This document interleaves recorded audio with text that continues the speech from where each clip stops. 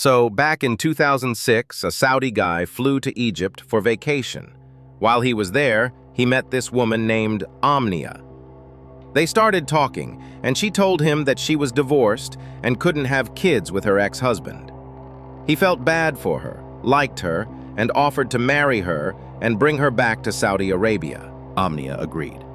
They got married and moved to a northern city in Saudi Arabia called Tabuk. Later, they had a son together and named him Imad. Everything seemed fine until it wasn't. In 2008, the husband started drowning in debt. Then one day, Omnia asked him to bring her some books. When he asked why, she said, "They're books about magic and spiritual healing. I want to learn how to heal people from money." She even told him, "Take me to any magician. I want to learn this properly." She learned black magic and started telling people she could fix anything. Family issues, mental illness, sickness, anything.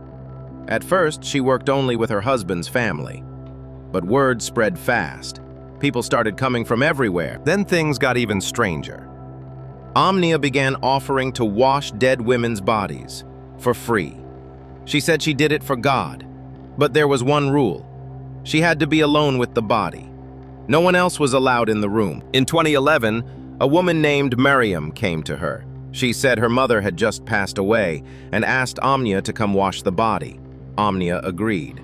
But when Miriam said she wanted to stay and watch, Omnia refused. She said, "Either you leave or I leave." So Miriam left the room, but watched through a small hole in the door. And what she saw was shocking. Omnia took papers out of her clothes and hid them inside the shroud. Miriam was about to run in, but someone called her away.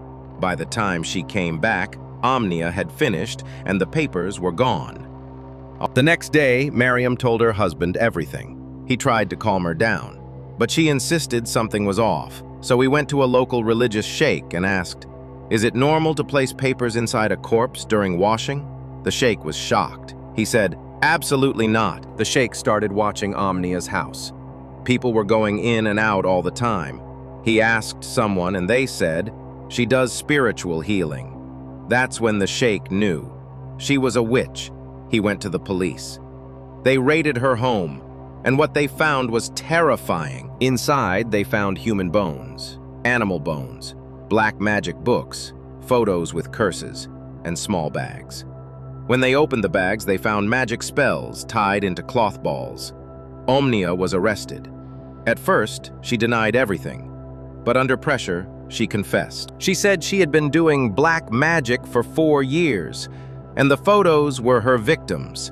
Also, the spell balls were her strongest magic, and she used to hide them inside the corpses she washed, in their mouths, and sometimes in their private areas, so no one would ever find them. The police dug up the last woman she washed and found 4 different magic balls hidden inside her body. Each one was meant to curse a different person. Omnia was sentenced to death and executed in 2011. Her story shocked the entire country. And one question still haunts everyone. How many innocent bodies did she use for her dark rituals, without anyone ever knowing?